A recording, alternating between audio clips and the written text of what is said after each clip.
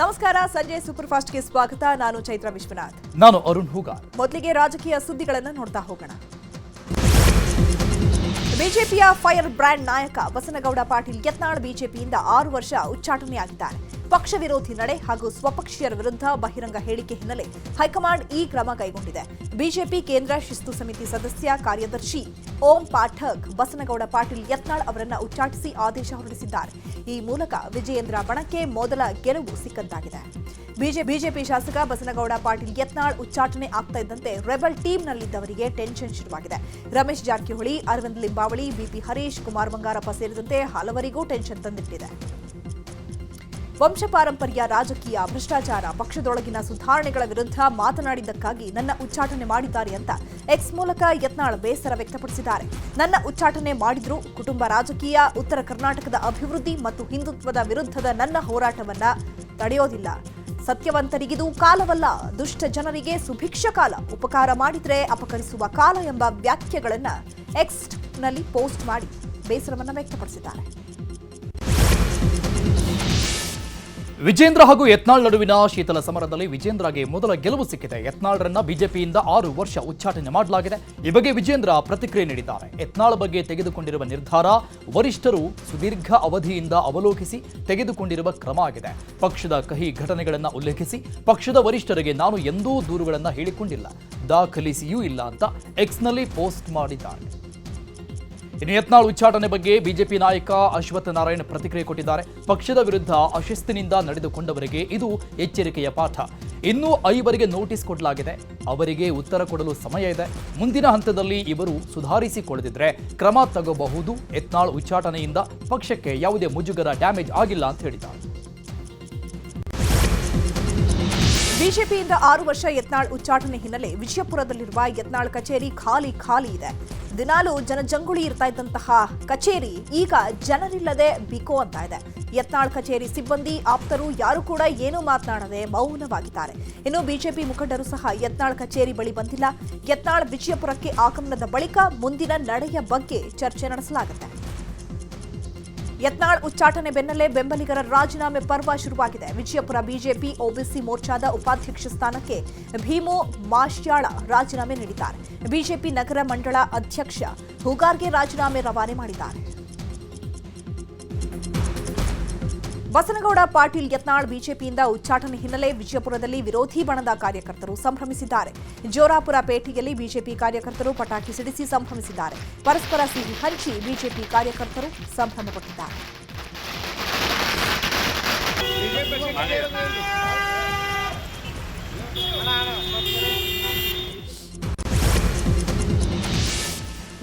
ರಾಜ್ಯ ಬಿಜೆಪಿಯಲ್ಲಿ ತಾರಕಕ್ಕೇರಿದ ಒಳಜಗಳಕ್ಕೆ ಹೈಕಮಾಂಡ್ ಕೊನೆಗೂ ಬ್ರೇಕ್ ಹಾಕಿದೆ. ಯತ್ನಾಳ್ರನ್ನ ಇವತ್ತು ಉಚ್ಚಾಟನೆ ಮಾಡಿದರೆ ಇನ್ನುಳಿದ ಬಿಜೆಪಿ ನಾಯಕರಿಗೆ ಶಿಸ್ತು ಸಮಿತಿ ಶೋಕಾಸ್ ನೋಟಿಸ್ ನೀಡಿತ್ತು.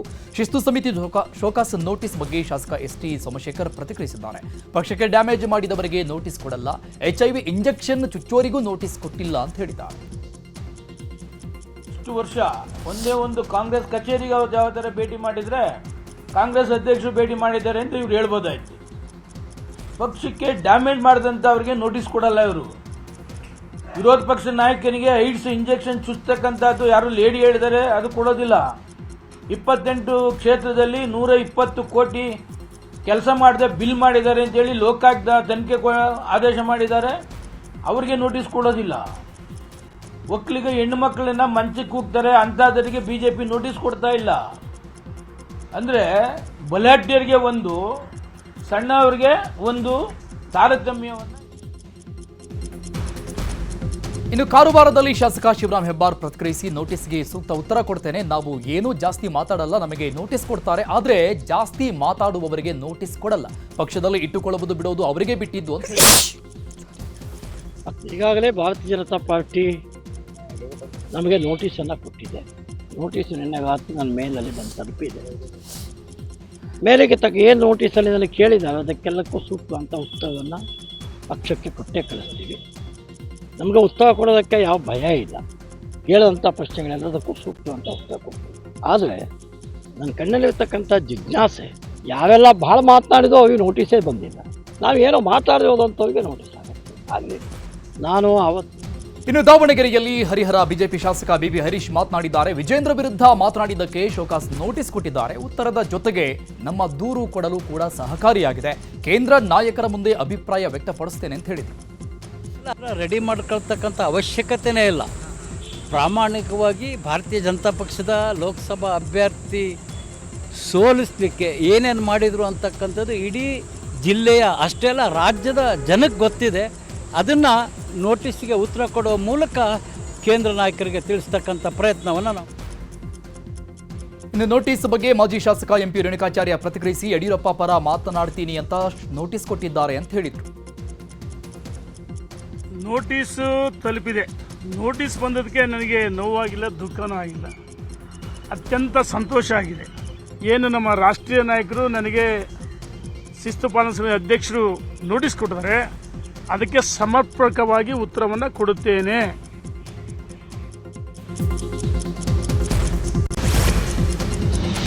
ಬಿಜೆಪಿ ಸರ್ಕಾರದ ಅವಧಿಯಲ್ಲಾದ ಕೋವಿಡ್ ಅಕ್ರಮದ ಆರೋಪ ಸಂಬಂಧ ಡಿಸಿಎಂ ಡಿಕೆ ಶಿವಕುಮಾರ್ ನೇತೃತ್ವದಲ್ಲಿ ಸಂಪುಟ ಉಪಸಮಿತಿ ಸಭೆ ನಡೀತಾ ಇದೆ.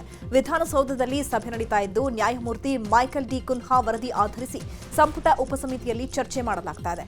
ಕುನ್ಹಾ ವರದಿಯಲ್ಲಿ ಮಾಜಿ ಸಿಎಂ ಬಿಎಸ್ ಯಡಿಯೂರಪ್ಪ, ಮಾಜಿ ಆರೋಗ್ಯ ಸಚಿವ ಶ್ರೀರಾಮುಲು ಹೆಸರು ಉಲ್ಲೇಖ ಮಾಡಲಾಗಿತ್ತು.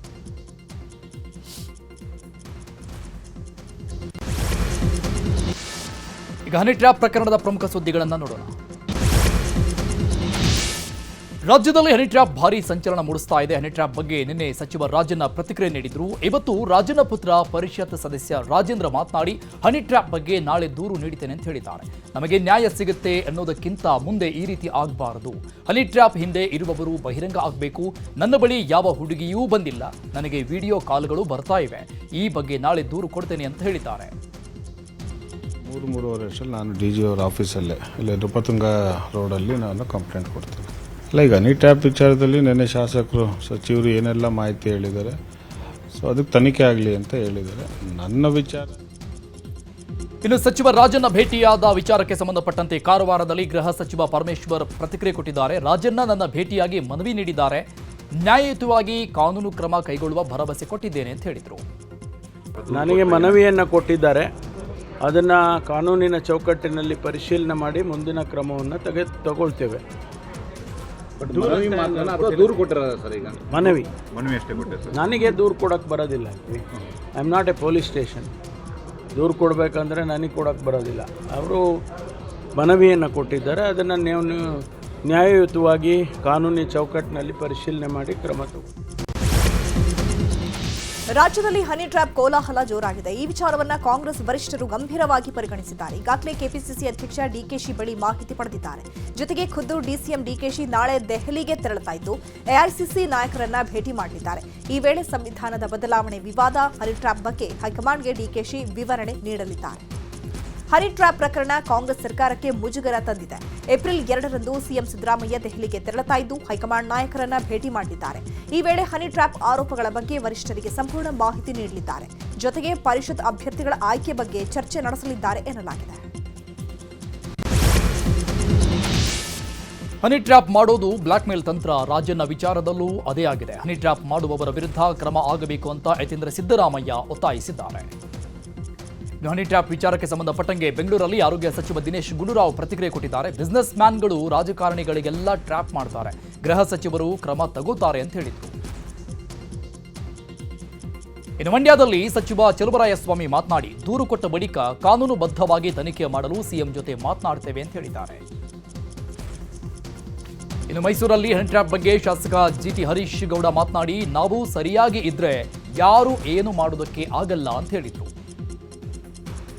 ರಾಮನಗರದಲ್ಲಿ ಪರಿಷತ್ ವಿಪಕ್ಷ ನಾಯಕ ಛಲವಾದಿ ನಾರಾಯಣಸ್ವಾಮಿ ಸರ್ಕಾರದ ವಿರುದ್ಧ ವಾಗ್ದಾಳಿ ನಡೆಸಿ ಸಿಎಂ ಸಿದ್ದರಾಮಯ್ಯನವರಿಗೂ ಸಹ ಹನಿ ಟ್ರ್ಯಾಪ್ ಭಯ ಇದೆ, ಹಾಗಾಗಿ ಅವರು ಮಾತನಾಡ್ತಾ ಇಲ್ಲ ಅಂತ ಹೇಳಿದರು. ರಾಜ್ಯದಲ್ಲಿ ಭಾರಿ ಸದ್ದು ಮಾಡ್ತಾ ಇರೋ ಹನಿ ಟ್ರ್ಯಾಪ್ ಅರ್ಜಿ ಸುಪ್ರೀಂ ಕೋರ್ಟ್ನಲ್ಲಿ ವಜಾಗೊಂಡಿದೆ. ರಾಜಕಾರಣಿಗಳು ನ್ಯಾಯಾಧೀಶರ ಮೇಲೆ ಹನಿ ಟ್ರ್ಯಾಪ್ ಆಗಿದೆ. ಈ ಕುರಿತು ಸೂಕ್ತ ತನಿಖೆ ಆಗಬೇಕು ಅಂತ ಜಾರ್ಖಂಡ್ನ ವಕೀಲ ವಿನಯ್ ಕುಮಾರ್ ಸಿಂಗ್ ಅನ್ನೋರು ಸುಪ್ರೀಂ ಕೋರ್ಟ್ಗೆ ಪಿಐಎಲ್ ಸಲ್ಲಿಕೆ ಮಾಡಿದ್ರು. ಈ ಪಿಐಎಲ್ ವಜಾಗೊಳಿಸಿರೋ ಸುಪ್ರೀಂ ಕೋರ್ಟ್, ನೀವು ಜಾರ್ಖಂಡ್ ರಾಜ್ಯದವರು, ನಿಮಗೇನ್ ಸಂಬಂಧ? ಜಡ್ಜ್ಗಳು ಯಾಕೆ ಹನಿ ಟ್ರ್ಯಾಪ್ಗೆ ಒಳಗಾಗ್ತಾರೆ? ಅದನ್ನ ಜಡ್ಜ್ಗಳು ನೋಡ್ಕೊಳ್ತಾರೆ. ನಿಮ್ಮ ರಾಜಕೀಯ ನಾನ್ಸೆನ್ಸ್ಗಳನ್ನೆಲ್ಲ ನಾವು ವಿಚಾರಣೆ ಮಾಡೋದಿಲ್ಲ ಅಂತ ತರಾಟೆಗೆ ತೆಗೆದುಕೊಂಡಿದ್ದಾರೆ. ಹನಿ ಟ್ರ್ಯಾಪ್ ಸಂಚಲನದ ಮಧ್ಯೆ ದೆಹಲಿಯಲ್ಲಿ ಸಚಿವ ಸತೀಶ್ ಜಾರಕಿಹೊಳಿ ಹಾಗೂ ಕೇಂದ್ರ ಸಚಿವ ಕುಮಾರಸ್ವಾಮಿ ಭೇಟಿಯಾಗಿದ್ದಾರೆ. ದೆಹಲಿಯಲ್ಲಿ ಉಭಯ ನಾಯಕರು ಭೇಟಿಯಾಗಿ ರಾಜ್ಯ ರಾಜಕಾರಣದ ಪ್ರಸಕ್ತ ವಿದ್ಯಮಾನಗಳ ಬಗ್ಗೆ ಚರ್ಚೆ ನಡೆಸಿದ್ದಾರೆ ಎನ್ನಲಾಗಿದೆ. ಪ್ರಮುಖವಾಗಿ ಹನಿ ಟ್ರ್ಯಾಪ್ ಸಂಬಂಧ ಚರ್ಚೆ ನಡೆಸಿದ್ದಾರೆ ಎನ್ನಲಾಗುತ್ತಿದೆ. ಹಾಗೆಯೇ ಸಚಿವ ಸತೀಶ್ ಜಾರಕಿಹೊಳಿ ಮಾಜಿ ಪ್ರಧಾನಿ ಎಚ್.ಡಿ. ದೇವೇಗೌಡರನ್ನು ಭೇಟಿಯಾಗಿದ್ದಾರೆ.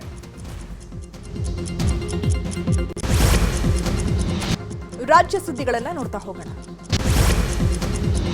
ಕಬಾಬ್, ಪಾನಿಪುರಿ, ಇಡ್ಲಿ, ಬಟಾಣಿ ಆಯಿತು. ಇದೀಗ ಪನ್ನೀರ್ ಸರದಿ. ಆಹಾರ ಗುಣಮಟ್ಟ ಇಲಾಖೆಯಿಂದ 231 ಪನ್ನೀರ್ ಸ್ಯಾಂಪಲ್ಗಳನ್ನು ಪರೀಕ್ಷೆ ಮಾಡಲಾಗಿದೆ. ಈ ಪೈಕಿ 17 ಸ್ಯಾಂಪಲ್ನ ಲ್ಯಾಬ್ ರಿಪೋರ್ಟ್ ಆಹಾರ ಇಲಾಖೆ ಕೈ ಸೇರಿದೆ. ಅದರಲ್ಲಿ 2 ಅನ್ಸೇಫ್ ಅಂತ ವರದಿ ಬಂದಿದ್ದು, ವರದಿಯಲ್ಲಿ ಬ್ಯಾಕ್ಟೀರಿಯಾ ಅಂತ ಅಂಶ ಪತ್ತೆಯಾಗಿದೆ. ಈ ಬಗ್ಗೆ ಆರೋಗ್ಯ ಸಚಿವ ದಿನೇಶ್ ಗುಂಡೂರಾವ್ ರಿಯಾಕ್ಷನ್ ಕೊಟ್ಟಿದ್ದು, ಇದರ ವರದಿ ತರಿಸಿಕೊಳ್ತೇನೆ ಅಂತ ಹೇಳಿದ್ದಾರೆ. ಬೆಂಗಳೂರು ಗ್ರಾಮಾಂತರ ಜಿಲ್ಲೆಯ ದೊಡ್ಡಬಳ್ಳಾಪುರದ ರಾಗಿ ಖರೀದಿ ಕೇಂದ್ರದ ಅವ್ಯವಸ್ಥೆ ಬಗ್ಗೆ ನ್ಯೂಸ್ 18 ವರದಿ ಪ್ರಸಾರ ಮಾಡಿತ್ತು. ನ್ಯೂಸ್ 18 ವರದಿಯಿಂದ ಎಚ್ಚೆತ್ತ ಜಿಲ್ಲಾಧಿಕಾರಿ ಎಬಿ ಬಸವರಾಜು ರಾಗಿ ಕೇಂದ್ರಕ್ಕೆ ಭೇಟಿ ಕೊಟ್ಟು ಪರಿಶೀಲಿಸಿದ್ದಾರೆ. ಈ ವೇಳೆ ರಾಗಿ ಕೇಂದ್ರದಲ್ಲಿ ಕೂಲಿ ಆಳುಗಳನ್ನು ಹೆಚ್ಚು ಮಾಡಿ ರೈತರ ನೆರವಿಗೆ ನಿಂತಿದ್ದಾರೆ. ಇನ್ನು ಕೂಲಿ ಆಳುಗಳು ಕಡಿಮೆ ಇದ್ದಿದ್ರಿಂದ ಕೇವಲ ದಿನಕ್ಕೆ 30 ಟ್ರ್ಯಾಕ್ಟರ್ ರಾಗಿ ಖರೀದಿ ಮಾಡ್ತಾ ಇದ್ರು. ಈಗ ಹೆಚ್ಚುವರಿಯಾಗಿ 30 ಜನ ಕೂಲಿ ಕಾರ್ಮಿಕರನ್ನ ನೇಮಕ ಮಾಡಲಾಗಿದೆ. ಬೀದರ್ ಜಿಲ್ಲೆ ಹುಮನಾಬಾದ್ ಇಂಡಸ್ಟ್ರಿಯಲ್ ಏರಿಯಾದಲ್ಲಿರುವ 220 ಕೆವಿ ಪವರ್ ಸ್ಟೇಷನ್ ಅಲ್ಲಿ ಬೆಂಕಿ ಅವಘಡ ಸಂಭವಿಸಿದೆ. ವೋಲ್ಟೇಜ್ ಇಂಪ್ರೂವ್ಮೆಂಟ್ ಸಲುವಾಗಿ ಅಳವಡಿಸಲಾಗಿದ್ದ ಕೆಪಾಸಿಟರ್ ಬ್ಯಾಂಕ್ ದಗದಗನೆ ಹೊತ್ತಿ ಉರಿದಿದೆ. ಬಿಸಿಲಿನ ತಾಪಕ್ಕೆ ಕೆಪಾಸಿಟರ್ ಬ್ಯಾಂಕ್ ಸ್ಫೋಟಗೊಂಡಿರುವಂತಹ ಶಂಕೆ ವ್ಯಕ್ತವಾಗಿದೆ.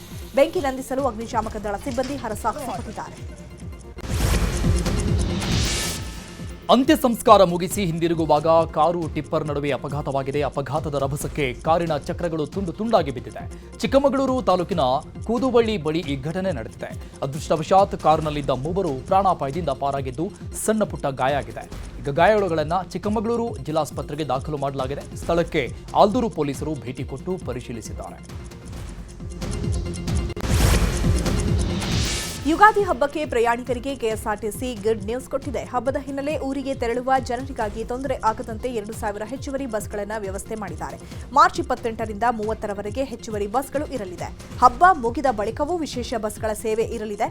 Majestic, Shantinagar, satellite, Peenya bus ನಿಲ್ದಾಣದಿಂದ ಹೆಚ್ಚುವರಿ ಬಸ್ಗಳ ವ್ಯವಸ್ಥೆ ಮಾಡಲಾಗಿದೆ. ಈಗ ಕ್ರೈಮ್ ಸುದ್ದಿಗಳನ್ನು ನೋಡೋಣ. ನಟಿ ರನ್ಯಾ ರಾವ್ ಗೋಲ್ಡ್ ಸ್ಮಗ್ಲಿಂಗ್ ಪ್ರಕರಣದಲ್ಲಿ ಪ್ರೋಟೋಕಾಲ್ ಉಲ್ಲಂಘನೆಯ ತನಿಖೆ ಮುಕ್ತಾಯವಾಗಿದೆ. ಐಎಎಸ್ ಹಾಗೂ ಐಪಿಎಸ್ ಅಧಿಕಾರಿ ನೇತೃತ್ವದಲ್ಲಿ ನಡೆದ ತನಿಖೆಯ ವರದಿಯನ್ನ ಸರ್ಕಾರಕ್ಕೆ ಸಲ್ಲಿಸಲಾಗಿದೆ. ತನಿಖಾಧಿಕಾರಿ ಗೌರವ್ ಗುಪ್ತಾ ಸರ್ಕಾರಕ್ಕೆ ವರದಿ ಸಲ್ಲಿಸಿದ್ದಾರೆ. ತನಿಖಾ ವರದಿಯಲ್ಲಿ ಪ್ರೋಟೋಕಾಲ್ ದುರ್ಬಳಕೆ ಆಗಿರುವ ಬಗ್ಗೆ ಉಲ್ಲೇಖವಿದೆ ಅಂತ ಹೇಳಲಾಗ್ತಿದೆ. ಇನ್ನು ರನ್ಯಾ ರಾವ್ ಗೋಲ್ಡ್ ಸ್ಮಗ್ಲಿಂಗ್ ಪ್ರಕರಣದಲ್ಲಿ 3ನೇ ಆರೋಪಿಯನ್ನ ಬಂಧಿಸಲಾಗಿದೆ. ಡಿಆರ್ಐ ಅಧಿಕಾರಿಗಳು ಸಾಹಿಲ್ ಜೈಲ್ ಎಂಬಾತನನ್ನ ಅರೆಸ್ಟ್ ಮಾಡಿದ್ದಾರೆ.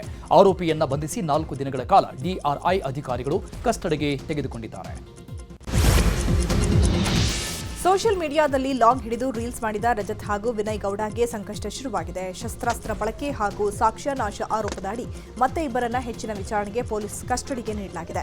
ಇವತ್ತು ಪೊಲೀಸರು ವಿನಯ್ ಗೌಡ ಹಾಗೂ ರಜತ್ರನ್ನ 24ನೇ ಎಸಿಎಂಎಂ ನ್ಯಾಯಾಧೀಶರ ಮುಂದೆ ಹಾಜರುಪಡಿಸಿದ್ರು. ವಾದ ಪ್ರತಿವಾದ ಆಲಿಸಿದ ಕೋರ್ಟ್ ಇಬ್ಬರನ್ನು 3 ದಿನ ಪೊಲೀಸ್ ಕಸ್ಟಡಿಗೆ ನೀಡಿದೆ ಹಾಗೂ ಕಸ್ಟಡಿ ಅವಧಿ ಮುಗಿದ ಬಳಿಕ ಅಂದರೆ ಮಾರ್ಚ್ 28ರಂದು ಸಂಜೆ 4 ಗಂಟೆಗೆ ಇಬ್ಬರನ್ನ ಕೋರ್ಟ್ಗೆ ಹಾಜರುಪಡಿಸುವಂತೆ ಸೂಚಿಸಿದೆ. ಪತ್ನಿಯ ಶೀಲಾ ಶಂಕಿಸಿ ಕೊಲೆ ಮಾಡಿರುವ ಘಟನೆ ಬೆಂಗಳೂರಿನಲ್ಲಿ ನಡೆದಿದೆ. ವೇಲಾರಮಣಿ ಕೊಲೆಯಾದಂತಹ ದುರ್ದೈವಿ ಚಂದ್ರಶೇಖರ್ ಎಂಬಾತನೊಂದಿಗೆ 11 ವರ್ಷದ ಹಿಂದೆ ವಿವಾಹವಾಗಿತ್ತು. ಖಾಸಗಿ ಕಂಪನಿಯಲ್ಲಿ ಮೇಲಾರಮಣಿ ಅಕೌಂಟೆಂಟ್ ಆಗಿ ಕೆಲಸ ಮಾಡ್ತಾ ಇತ್ತು. ಹೆಂಡತಿ ಫೋನ್ನಲ್ಲಿ ಯಾವಾಗಲೂ ಮಾತನಾಡ್ತಾಳೆ ಅಂತ ಇಬ್ಬರ ಮಧ್ಯೆ ಗಲಾಟೆ ಆಗ್ತಾ ಇತ್ತು. ಗಲಾಟೆ ವಿಕೋಪಕ್ಕೆ ತಿರುಗಿ ಪತ್ನಿ ಮೇಲಾರಮಣಿಯನ್ನ ಚಂದ್ರಶೇಖರ್ ಕತ್ತು ಹಿಸುಕಿ ಕೊಲೆ ಮಾಡಿದ್ದಾನೆ. ಬಳಿಕ ತಾನೇ ಸಂಪಿಗೆಹಳ್ಳಿ ಠಾಣೆಗೆ ಹೋಗಿ ಆರೋಪಿ ಶರಣಾಗಿದ್ದಾನೆ.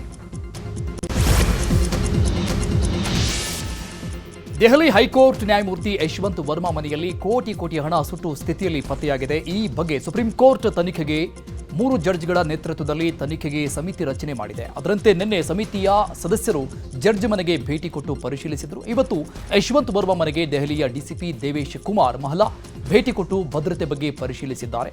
ಹಣ ಸಿಕ್ಕಿತ್ತು ಎನ್ನಲಾದ ಸ್ಥಳದಲ್ಲಿ ಪೊಲೀಸರು ವಿಡಿಯೋ ರೆಕಾರ್ಡ್ ಮಾಡಿದ್ದಾರೆ.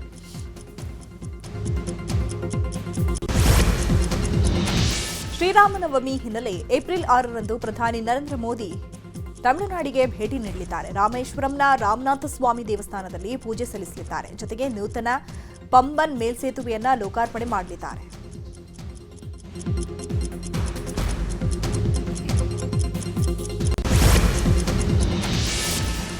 ಸಮಾಜವಾದಿ ಪಕ್ಷದ ಸಂಸದ ರಾಮ್ಜಿ ಲಾಲ್ ಸುಮನ್ ಅವರ ಮನೆ ಮೇಲೆ ಕಲ್ಲು ತೂರಾಟ ಮಾಡಲಾಗಿದೆ. ರಾಜ್ಯಸಭಾ ಸಂಸದ ರಾಮ್ಜಿ ಲಾಲ್ ಸುಮನ್ ಅವರ ಆಗ್ರಾ ನಿವಾಸದ ಮೇಲೆ ಕಲ್ಲು ತೂರಾಟ ನಡೆದಿದ್ದು, ಕಿಟಕಿ ಗಾಜುಗಳನ್ನ ಪೀಸ್ ಮಾಡಲಾಗಿದೆ. ವಾಹನಗಳ ಗಾಜನ್ನು ಒಡೆದುಹಾಕಿದ್ದಾರೆ. ರಾಣಾ ಸಂಘ್ ವಿರುದ್ಧ ವಿವಾದಾತ್ಮಕ ಹೇಳಿಕೆ ನೀಡಿದ್ದಕ್ಕೆ ಆಕ್ರೋಶಿತರು ದಾಳಿ ಮಾಡಿದ್ದಾರೆ.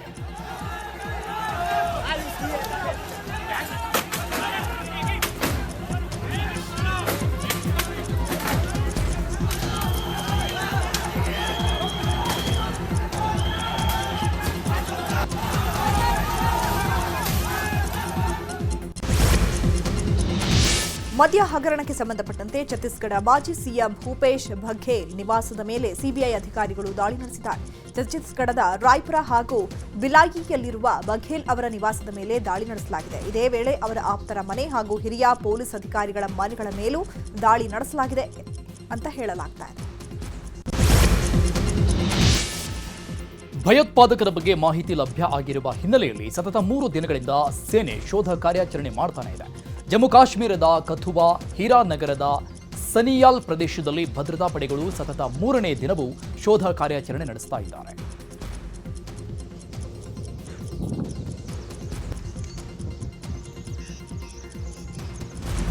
ಸೌತ್ ಕೊರಿಯಾದಲ್ಲಿ ಕಾಡ್ಗಿಚ್ಚು ತೀವ್ರವಾಗಿ ವ್ಯಾಪಿಸಿದ್ದು, ರಾಷ್ಟ್ರದಾದ್ಯಂತ ತುರ್ತು ಪರಿಸ್ಥಿತಿ ಘೋಷಣೆ ಮಾಡಲಾಗಿದೆ. ಬೆಂಕಿಯಿಂದ 45,000 ಎಕರೆ ಪ್ರದೇಶ ಸುಟ್ಟು ಭಸ್ಮಾಗಿದೆ. 24 ಜನರು ಜೀವಂತ ಸಮಾಧಿಯಾಗಿದ್ದಾರೆ. 26ಕ್ಕೂ ಹೆಚ್ಚು ಮಂದಿ ಗಾಯಗೊಂಡಿದ್ದಾರೆ. ಅದರಲ್ಲಿ 11 ಜನರ ಸ್ಥಿತಿ ಗಂಭೀರವಾಗಿದೆ. ಬೆಂಕಿಯನ್ನ ತಹಬದಿಗೆ ತರುವ ಕೆಲಸ ನಡೀತಾ ಇದೆ.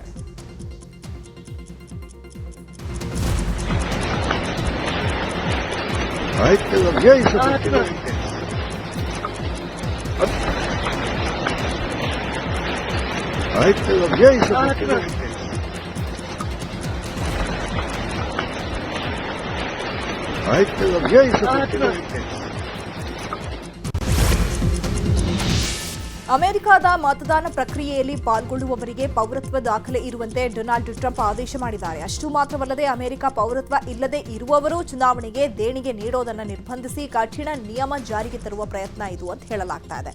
ಆದೇಶಕ್ಕೆ ಸಹಿ ಹಾಕುವ ವೇಳೆ ಭಾರತ ಮತ್ತು ಬ್ರೆಜಿಲ್ನಲ್ಲಿರುವ ಚುನಾವಣಾ ಪದ್ಧತಿ ಬಗ್ಗೆ ಉಲ್ಲೇಖಿಸಿದ್ದಾರೆ. ಸಾಕಷ್ಟು ವಿಶೇಷ ವಿಚಾರಗಳಿಗೆ ಸುದ್ದಿಯಾಗುವ ಚೀನಾ ಇದೀಗ ಮತ್ತೊಂದು ವಿಚಾರಕ್ಕೆ ಸುದ್ದಿಯಾಗ್ತಾ ಇದೆ.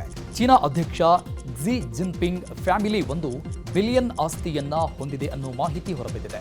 ಅಷ್ಟು ಮಾತ್ರವಲ್ಲದೆ 65% ಅಧಿಕಾರಿಗಳು ಲಂಚ ತೆಗೆದುಕೊಳ್ತಾರೆ ಅನ್ನೋ ಮಾಹಿತಿಯನ್ನ ಅಮೆರಿಕ ಇಂಟೆಲಿಜೆನ್ಸ್ ಬಹಿರಂಗ ಮಾಡಿದೆ. ರಷ್ಯಾ ಹಾಗೂ ಉಕ್ರೇನ್ ನಡುವೆ ಕಳೆದ 3 ವರ್ಷ ಯುದ್ಧ ನಡೀತಾ ಇದ್ದು, ಇದೀಗ ಅಮೆರಿಕದ ಮಧ್ಯಸ್ಥಿಕೆಯಲ್ಲಿ ಸಂಧಾನ ನಡೀತಾ ಇದೆ. ಕಪ್ಪು ಸಮುದ್ರದಲ್ಲಿ ಸರಕು ಸಾಗಣೆ ಹಡಗುಗಳ ಮೇಲೆ ಯಾವುದೇ ದಾಳಿ ಮಾಡಬಾರದು, ಸುರಕ್ಷಿತ ಸಂಚಾರಕ್ಕೆ ಅನುವು ಮಾಡಿಕೊಡಬೇಕು, ಇಂಧನ ಸೌಲಭ್ಯಗಳ ಮೇಲೆ ದಾಳಿ ನಿಷೇಧಿಸುವಂತಹ ಬಗ್ಗೆ ಪ್ರತ್ಯೇಕ ಒಪ್ಪಂದಕ್ಕೆ ಮುಂದಾಗಿದ್ದು, ಈ ಒಪ್ಪಂದ ಜಾರಿಯಾದರೆ ಯುದ್ಧ ಅಂತ್ಯವಾಗುವ ಸಾಧ್ಯತೆ ಇದೆ ಅಂತ ಹೇಳಲಾಗ್ತಾ ಇದೆ.